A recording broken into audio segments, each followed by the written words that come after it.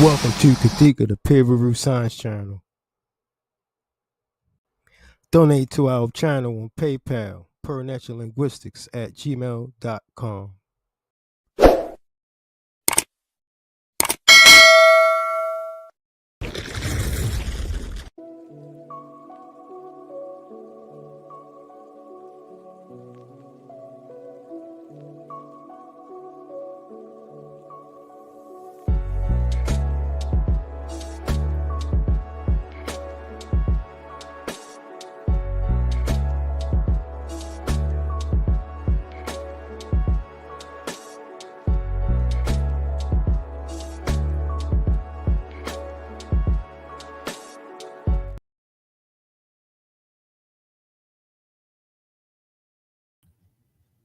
Peace and blessings, everybody. This is Neb, and we have Elder Chocho, our mathematician.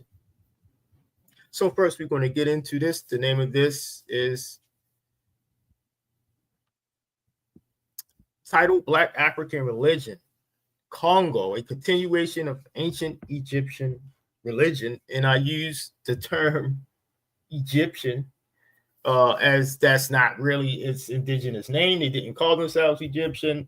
So the term literally, is a nomenclature, a European nomenclature.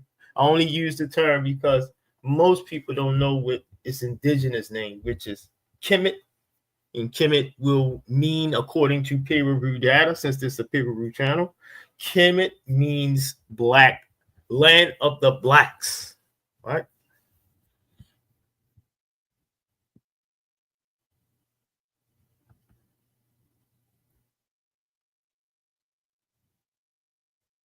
So first, I would like to show this. These are some of my college electives. To what I have had to obtain my Associates of Arts History degree. One of my college electives, when they get into the religious aspect of it, is Introduction to Theology survey, meaning I'm studying, learning the foundations and understanding of theology. So the author of this peer review data today, this paper, he presents a theological approach to finding proof of the kinships between Kongo, a black religion of Central Africa, and ancient Kemet, also known as Egyptians. Now, if you look at the statements of Wallace Budge here, I have three statements here from his 1911 text, the Osiris Resurrection text. And Budge stated in 1911, so this is sort of a little bit of a literature review. And just to understand the direction we're going before we even go to this author's paper. So Wallace Budge did deep studies into the culture and religion of which he dubbed the Sudani people. The Sudani people are called blacks. They are the people of Central, West, and East Africa. And he classified them as Sudani. Now it says, all the evidence available suggests that Sudani beliefs are identical with those of the Egyptians, because the people who held them in Egypt were Africans, and those who now hold them in the Sudan are Africans. What this evidence we may now see. Budge. So Budge at this time in this historical, doing this on his time period, the historical event surrounding him was that other scholars, even though he was European, they was opposing his stance of the Egyptians having a religion identical, the blacks of the Central African, the West African, South African, and the East Africans, right, who are below the South-Sahara, that southern boundary of Sahara, which they dubbed Sub-Saharan Africa. Their religion is identical to ancient Kemet, ancient Egypt. Identical. And his modes of study, Wallace Budge, is that he looked at primary materials. And he looked at the primary materials of Ibn Battuta, if I'm pronouncing his name correctly, an Arab explorer who went to the Central African regions of Black Africa to propagate Islam, to recover information, and also to learn about Black people in which they were trying to convert. And in those writings, a profound explanation of Black religious thought before Europeans came there, or the Portuguese, and before the adoption of Islam and Christianity, he gave a very detailed examination of Black religion before it was untainted with alien religions. Now, the second statement Bud stated was, if, however, we examine the facts reported by serious travelers and students of it, we shall find that the fundamentals of the religion of the Sudani tribes are the same as those of the Egyptians before their conversions to Christianity and Islam. The third statement is, now this is 1911. This is one of the most profound scholars in Egyptology, right? Wallace Budge. The third one is, all the evidence available suggests that Sudani beliefs are identical with those of the Egyptians because the people who held them in Egypt were Africans, and those who now hold them in the Sudan are Africans, and what this evidence may now see. Oh yeah, well, sorry, I repeated that statement, but hey, it's such a good statement. Why not say it again?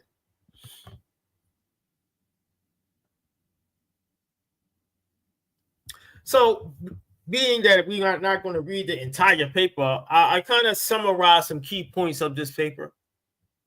Some of the key points are, the author argues, according to this peer review data, that closer kinship in theological and epistemological aspects. All right. Religious thought and epistemological aspects. So the religion of Black Africa, well, Kongo in this specific region, will have closer kinship in theological and epistemological aspects. Shared solar epistemology, focusing on spiritual reality. Egyptian religion aligns with the Kemetic cosmological argument. Western Christianity and Islam diverge from the Kemetic cosmological argument. African epistemology nurtures the scientific trend of ancient Egyptian religion.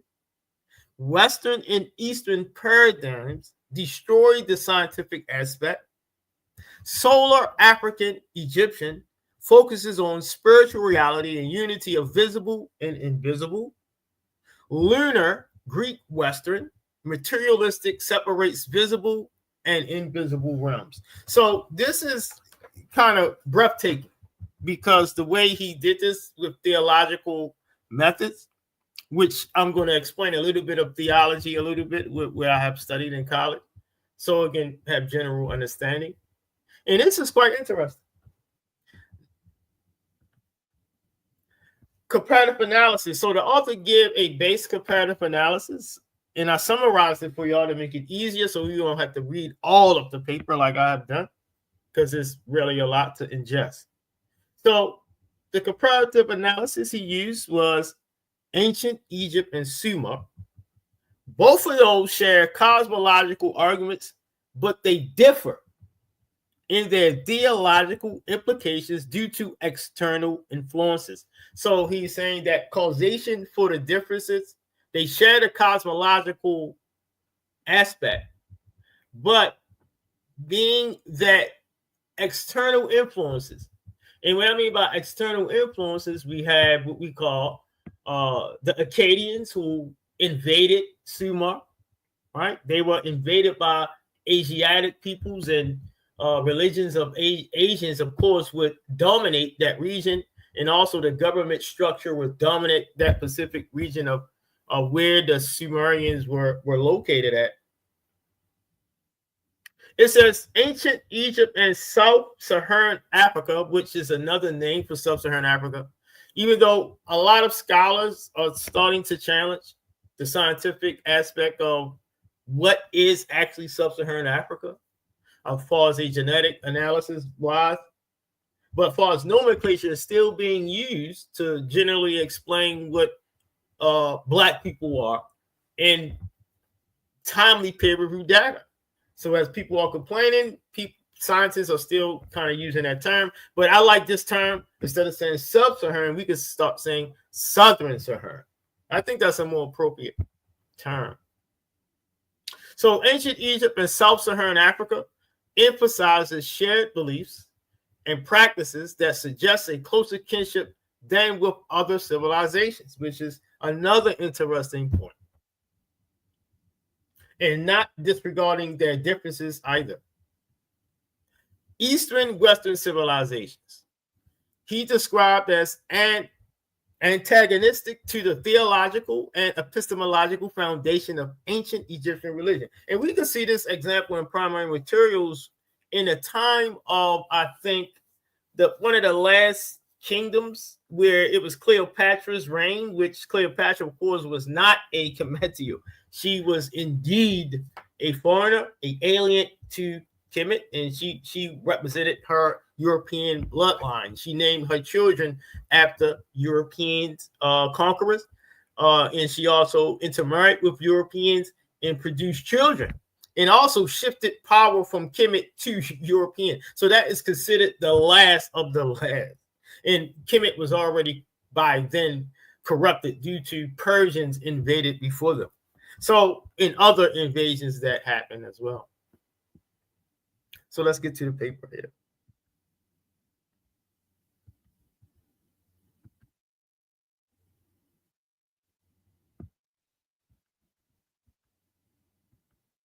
So the name of this paper is Theological. Well, this paper, of course, is by, I would like to get Elder Chocho, see if he can pronounce this name better than me. I don't want to mess this great brother's name up. All right, so let's see what we got there. I'll call him by his last name, Luyaluka. Sounds Zulu to me, as if everything is okay. Or Guyalunga, Luyaluka. Yeah, I would. Yeah, but it's Kiatezua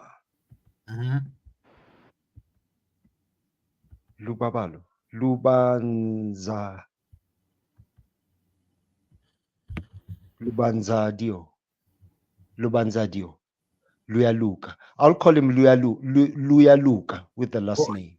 Gotcha. Yeah. So the abstract of this paper, I always read the abstract because it's a brief summary. So the abstract of this paper states, this article deals with the issue of kinship of ancient Egyptian civilization with the neighboring ones. To the melanin-level proof offered by Cheikh Anta Diop and Obenga's evidence of the linguistic relatedness of Kemet to the South-Saharan Africa, which is another name for Sub-Saharan Africa. This article adds a theological proof, which is valid to me as someone who study history. Religious thought is part of culture. It is part of the dynamic that needs to be studied when the reconstruction, which will spearhead the reconnaissance of the Black so-called Africa today. The article shows that the Eastern and Western epistemic paradigms brought by Persians and Greeks was destructive to the scientific nature of the religion ancient Egypt shared with Sumer and primitive Christianity. While as seen through Kôngo religion, which is demonstrated to be the continuation of Kemetic religion, the epistemic paradigm of African traditional culture nurtures this religion. Therefore, the natural theological kinship of ancient Egypt is with the South-Saharan African rather than with Asia and Europe.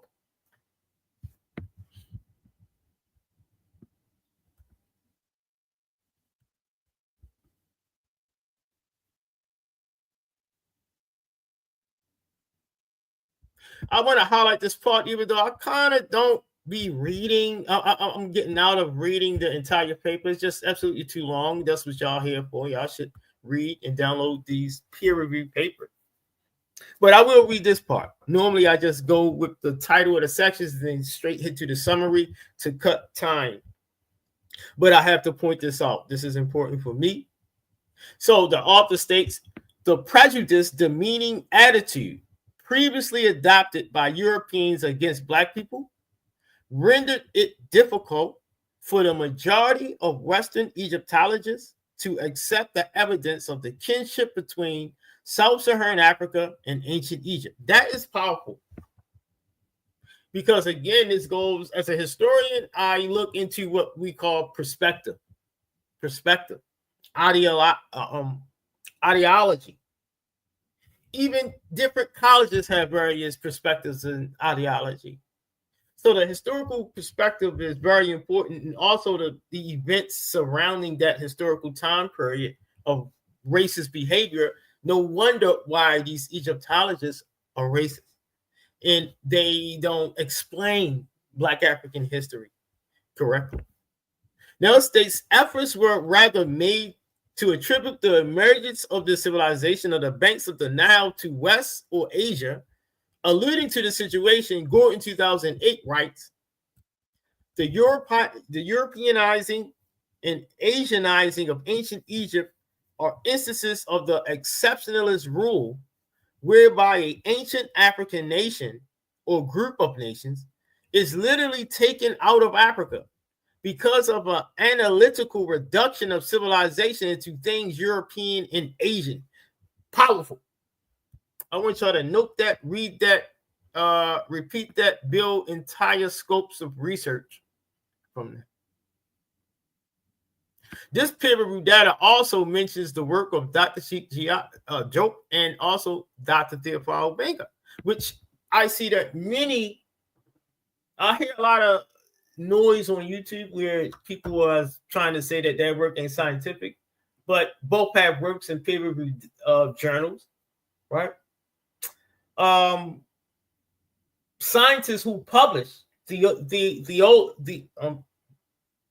people who practice theology, scientists, doctors, professors who are publishing in peer-reviewed data in science mentions these folks, and in at least 80% of the time agree with them.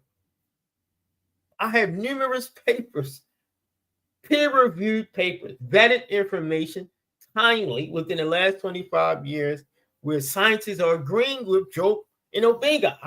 The rumors that's going on in YouTube world is crazy, right? Insane. All right, so it states, as for Diop, he brought samples of skin taken from mummies found in Moriarty's excavations. The participants will examine the samples and verify the presence of considerable quantity of melanin between the epidermis and the dermis. Moreover, he also emphasized with supporting examples of family resemblance between ancient Egyptian and warlord.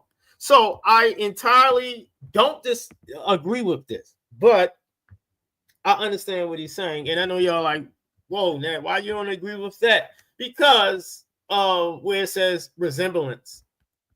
This word resemblance here is nothing in historical linguistics and mean nothing. Diop, not only did he provide a strong case for a genetic affiliation, which is different than a resemblance. Just because something resembles something doesn't make it has genetic linkage or relationship in historical linguistics. So I kind of disagree just nitpicking or whatever, but it needs to be said. Resemblance means nothing. Similarities means nothing in historical linguistics. I mean, it say mean nothing, but if you're trying to use resemblance to say that these people are that or however, your case ain't gonna be too strong. So I kind of disagree with him using that. He could have just used affinity, or because we gotta understand, Diop used morphology. He used it morphological methods, historical linguistic methods, And morphology is the skeleton of a language. It is the strongest indicator of if two languages or two living languages are related to each other. So I would have said attempt at affinity or approach or something like that. But other than that, this so far is beautiful.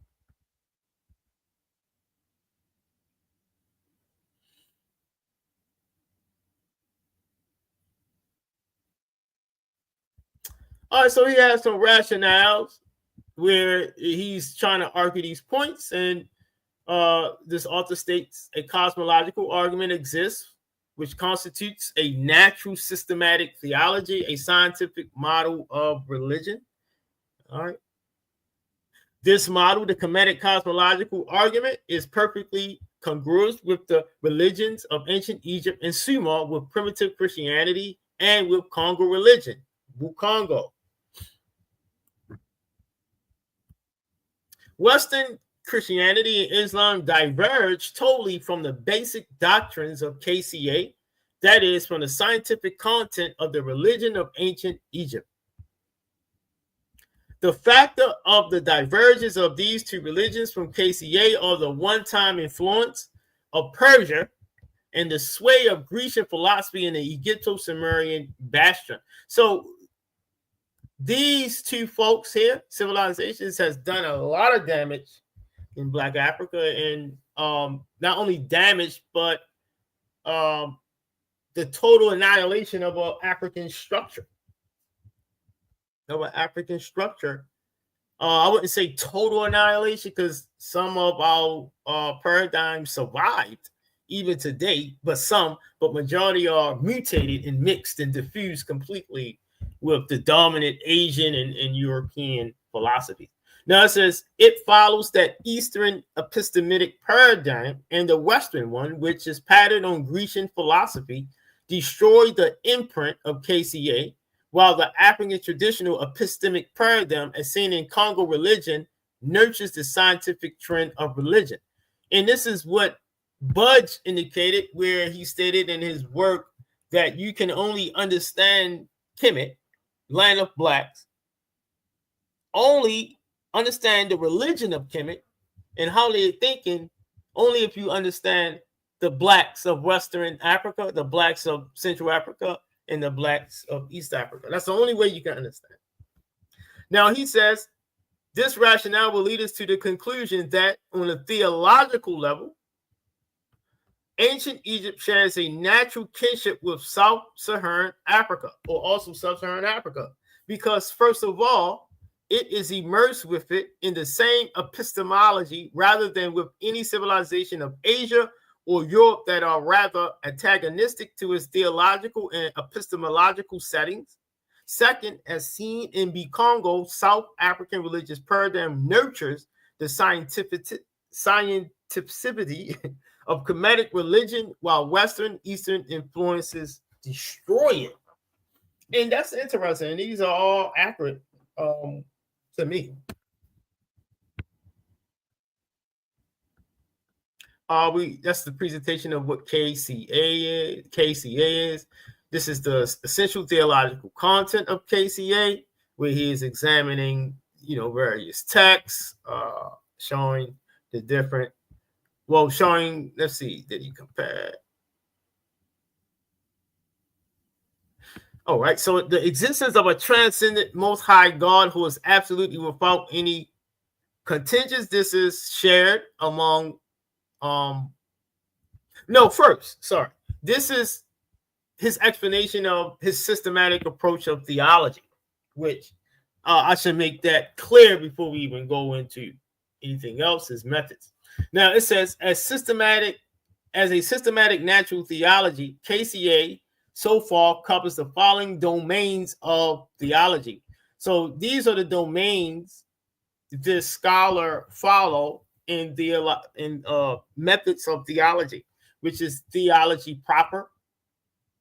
Theology proper is like the scientific method. I think theology proper, they adopted the scientific method not too long ago. the doctrine of the word. So, of course, you got to study scriptures, which I think this is named exegesis. This is, let me see if I'm correct about that. I still remember that. That's called exegesis, I think. When you're studying text. Yeah, close reading and interpretation of religious texts. Analyzes historical context, language, and literary structure. So that's one of the methods of theology that I remember that I was also trained in as well, interpretation. Anthropology, and this is why I say they then begin to adopt various scientific components, methodological components, which is interesting with theology. And this is pneumatology, soteriology, if I'm pronouncing that correctly. Let's see if I can look how to pronounce these. I want to get this correct. And this probably with sotar.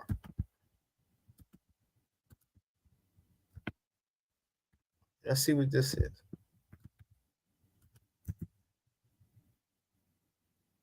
All right, the vindication, and it's pronounced theodicy. All right, the vindication of divine goodness and providence in view of the existence of evil, which is very interesting as well.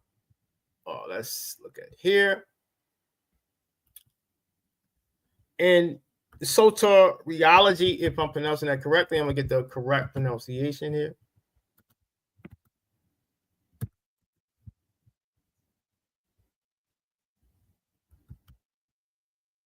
This is soteriology, is the doctrine of salvation. Yes, because soter means salvation in Greek. So, or savior in Greek, however. So it says the doctrine of salvation. Okay. Ethics and so on. So these are general methodological components. I didn't get this high yet where I was studying soteriology and theodicy yet. We kind of went over in college the doctrine of the word, the meta-narrative of the Bible and how to break the meta-narrative of the Bible down. You can use those methods and apply it directly with African religion. You can take the same principles and methods like he's doing here in applying theology with that religion, because it's only religion using a method, and you can apply that theological method with African religion. No different. All right, so let's continue. So some of these things of theology he went over of comparing the two is the existence of a transcendent most high God who is absolutely without any contingent, the existence of a creator different from the supreme being, all right? The existence of the notion of the word, the manifestation and activity of the fullness of the Most High in and around human beings and gods. Trinity as the unity of the Father, Mother, the Child, and the Word in substance, existence, and activity. It results from this Trinity that since the Most High is without any contingent, creation is the direct conscious work of two distinct principles, the Creator and the Word. Salvation as a victory over sin to be won through the Word. So this is what he's analyzing here. This is the scientific part of his arguments. Y'all can check that out. The epistemological setting of KCA. All right. He's then getting to understand. You already know that word is indicating knowledge or something to do with religious knowledge or whatever.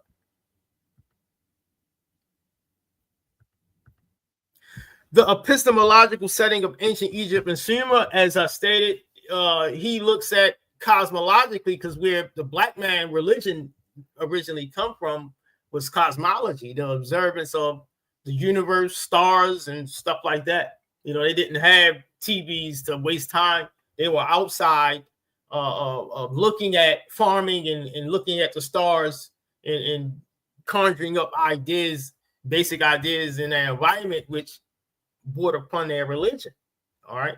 So that epistemological setting of ancient Egypt and Sumer are kind of the same. And indicating of Samaria, which to me, and I believe that Sumer may have came and migrated out of Africa. There are evidence, anthropological evidence or peer-reviewed data that states that, but also there are evidence that states the Sumerian came from two other geographical regions. So in a nutshell, in the conclusion, according to peer-reviewed data, the Sumerians, we don't know where they come from. So that is my conclusion. I don't know where they come from. There's no set or apodictic scientific information that can provide that for us. So I do believe it, but me believing something means nothing in the scientific world. We have to say we don't know, right? But for those people of Sumer, what is happening is, according to this author, he's saying that both of these are generally the same in their cosmological structure, but they are different on causation, on different causations and diffusions. Remember, Sumer were invaded very early.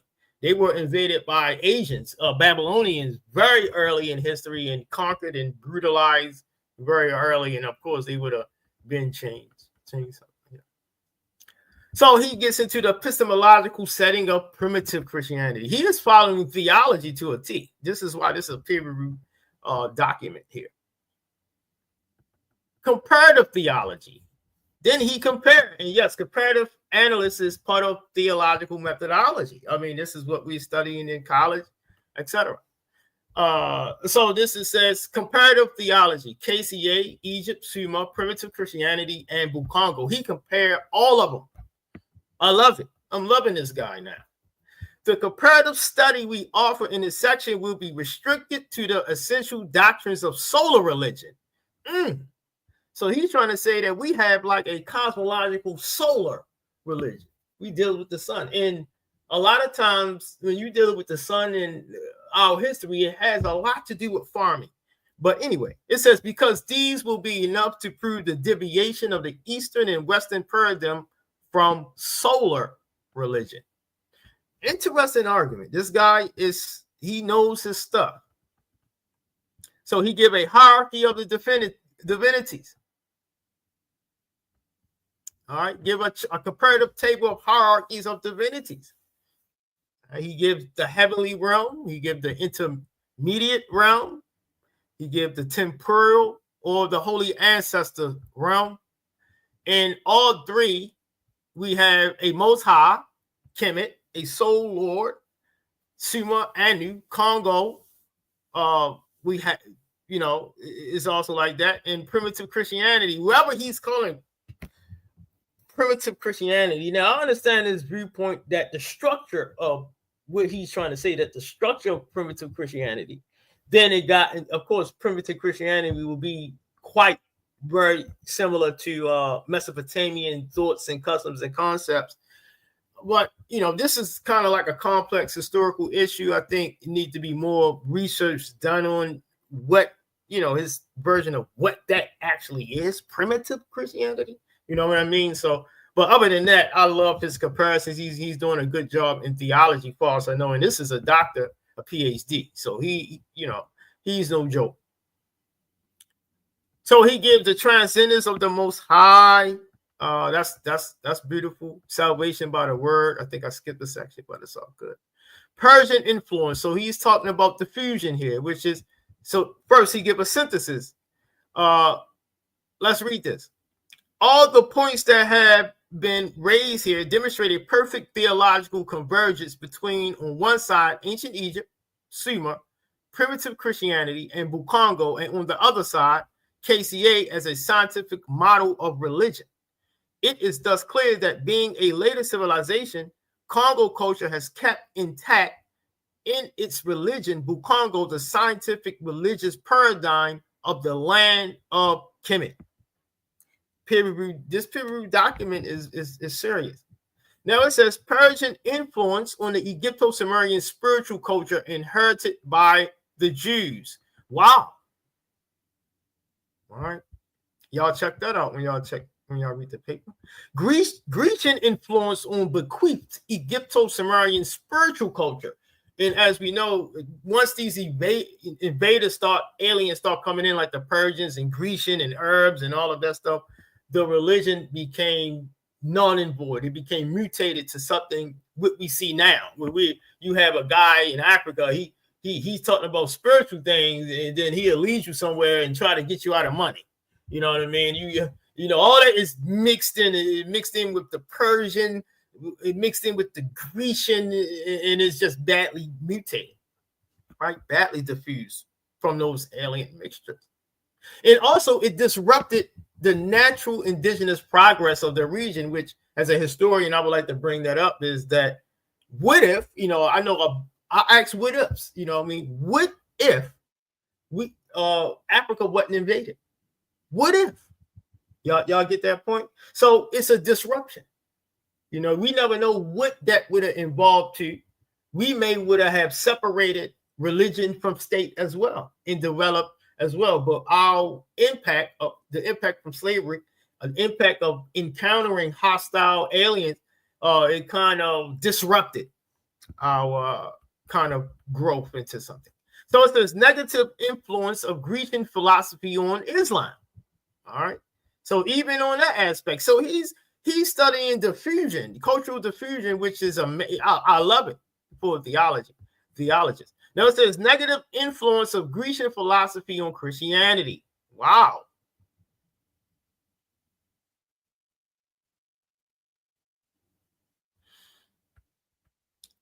That's interesting. So all y'all Christians, man, y'all should check that out too.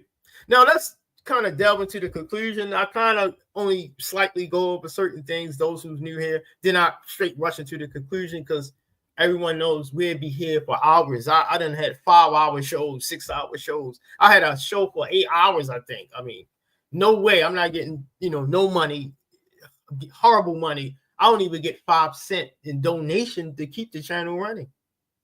5 cents.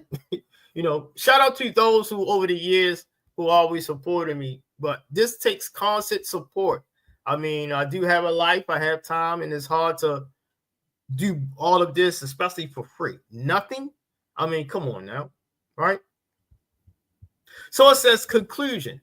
This article dealt with the issue of the kinship of ancient Egyptian civilization with the neighboring ones, to the melanin-level proof offered by Cheikh Anta Diop, and Obenga's evidence of the linguistic relatedness of Kemet to the South-Saharan Africa. This article added a theological proof.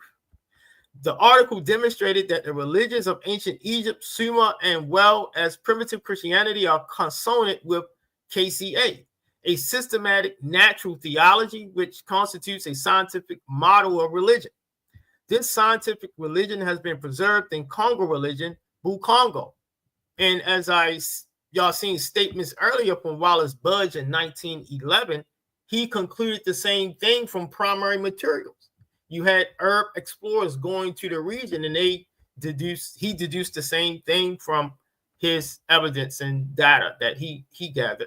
Now it says, contrary to the influence of Eastern epistemic paradigm brought by the one-time influence of the Persians on the culture of the Middle East, introduced duality and the notion of a God of evil, which is antagonistic to the absolute non-congent. Let's get this word pronounced right. Sorry, y'all. I want to say two different things when I see that word. So I'm going to just get it correctly. Yeah, contingency. Which is antagonistic to the absolute non-contingency of the Most High dictated by KCA. Moreover, the influence of Grecian philosophy resulted in a negation of solar epistemology, a paradigm which is consonant with solar religion advocated by ancient Egyptians and Sumerians. The negative influence of Grecian philosophy is seen in the fact it resulted in the surrender of the hierarchical monotheism by Christianity and Islam, and the negation of the doctrine of the word, the divine child nature of human beings, by the Muslim faith, while Plato's philosophy led to the confusion between the creator and the logos and the surrender of the solar trinity. These lunar influences are deviations from KCA and make of lunar religions where beliefs rather than scientific epistemics, as was the religion of ancient Egypt. Thus, the article has established the fact that Eastern and Western epistemic influence were destructive to the religion ancient Egypt shared with Sumer and primitive Christianity, while the South-Saharan African culture, as seen in the Kongo, nurtures this religion. Hence, it has been theologically established that the natural kinship of ancient Egypt is with South-Saharan, or other words, Sub-Saharan Africa, rather than with Eastern and Western civilizations, which, excellent. So, again, a good scholar, no funding, no financial support for the research, authorship, or publication of the article. And that's the case with a lot of Black scholars who are excellent, like this guy. There's no one invested in it. And, we wonder why we are in a predicament we are in militarily. We are in it on a government level. We are just not there on a structural level, which we still have old pipes and ran down railroads. We don't support our scientists, and then wonder why our scientists are going everywhere else to get some type of living situation going. You will not, this scholar won't be able to do a lot if he's not funded. I'm sorry, it won't happen. Funding is part of scholarship, right? It's part of it. Let's look at the evolution of the military in my college paper. I have a college paper called The Evolution of American Military History from Civil War to Cyber War. Let's take a look at that.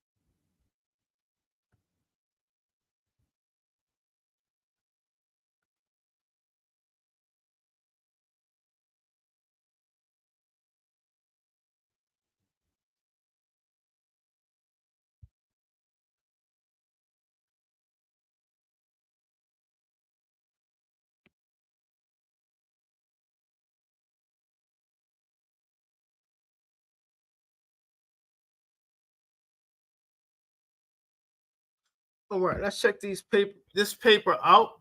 I'm gonna read part of my college paper, right? And when you are becoming a superpower, you must gather your scientists in today's world. You must.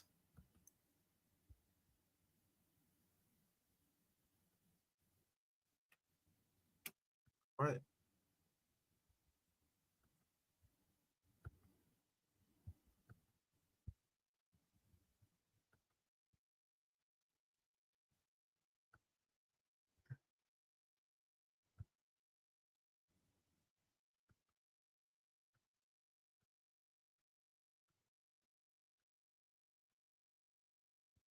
All right.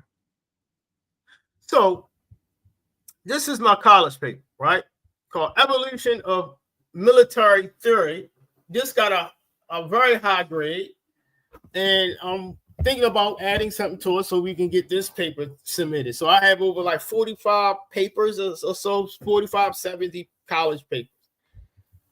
When we're looking at the historical changes of the military, American military, let's look at some examples they have did.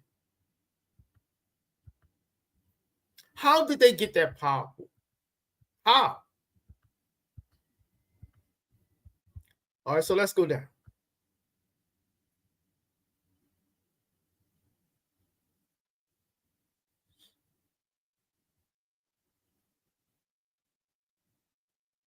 You see this?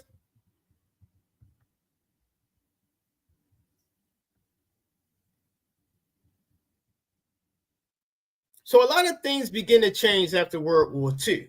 All right, so let's look at this.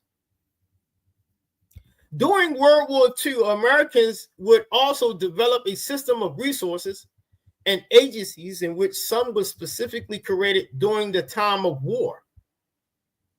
This system was designed to produce, manufacture, war and operation planning, and scientific research on weapons production. After World War II, they began to add, and during World War II, scientists, which they always had it, but they started to do it real heavy after World War II. Now it says this intricate network system also consisted of the conversion of industrial factories for wartime production. So not only the scientists and researchers were assisting with helping develop weapon production, but also industrial companies, industrial factories, which is the regular citizen, the regular worker, the regular blue or hard-nosed worker. Now it says harnessing raw materials, formulation and design quality. So we have artists, we have designers, ergonomics, and systems theory. Research led to the developments of new and improved weapon systems that were non-conventional, yet incorporated within strategic tactical planning. Victor states, for the first time, scientists worked alongside engineers and designers, resulting in an enormous number of new devices, machines, and even systems for developing technology and managing production. During World War II, the unification of the scientific fields alongside engineers and designers would enhance productions of combat devices and functional, innovative machines. See that? When you are not investing in your scholars, like the scholar we have seen, he said he received nothing, no funding, nothing.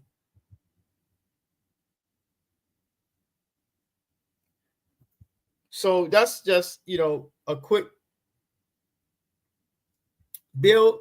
I would like to just show a quick build on what is historical, what is theology. Not what it is. I ain't gonna go through all of it because it's 45. I'll be trying not to do an hour, but it never fails. I'll always be more than 30 minutes. All right.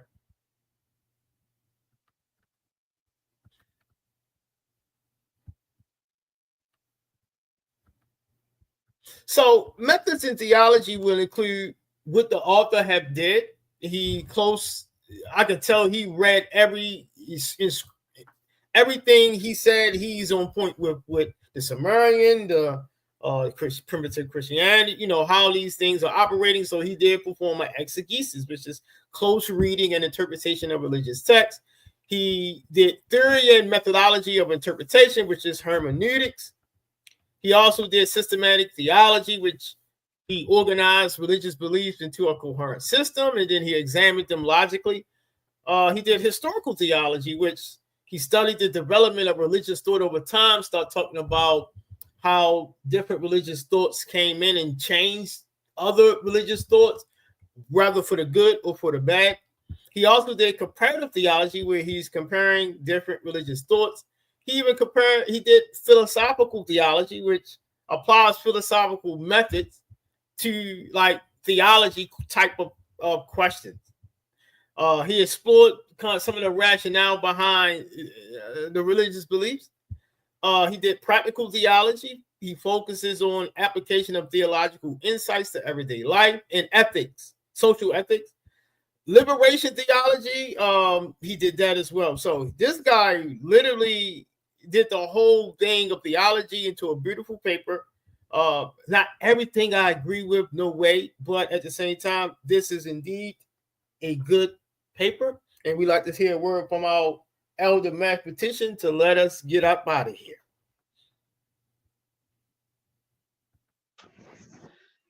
Oh, yeah, that's a learning curve. Now I'm very illiterate when it comes to theology, but yeah, it's a scholarly paper, man. I think it's worth. Yeah, it can take us in the right direction. In maybe I'm using the wrong word, belief systems or whatever they called, to inform us better of, because it's touching on all the aspects of how we ended up here. You know, if you don't have your history, hey, it becomes a problem. But I like the fact that he's also not biased towards anything. You know, he's strictly on scientific methodology. I mean, I don't know those methodologies, but the way he describes them, that makes it a methodology in his area of theology. Oh, brilliant. And yeah, thanks for doing justice to it also, Nep. Thanks for Bringing sending me the paper. You sent me the paper. Yes, I would, because really I would. It becomes hard to read every specific thing in a paper. Right. I'm not trained in theology and things like that, so I rely on you. If I read a history paper and I see something, I know I've got you because you've studied linguistics, history, and all Egypt, even aspects of Medu nature and all that stuff. You know, to bring it into the context. I mean, I'm reading a paper by Obadele Kambon, and it's touching on the aspects of, well, it says humanities and science as complementary aspects of an African black hole, evidence from archaeoastronomy. Right. So that's Kambon.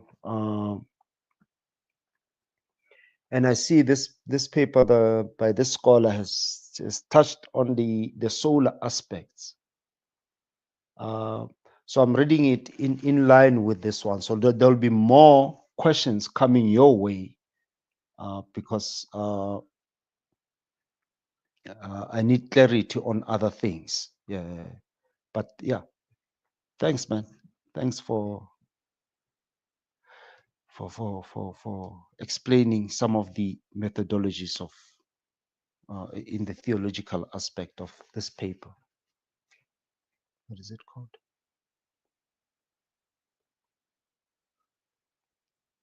Yeah, theological proofs of the kinship of ancient Egypt. Or yeah. Thanks, Nap. You're welcome. You're welcome. And shop, everybody. Peace. Hey, tada, sharp, my brother. Peace.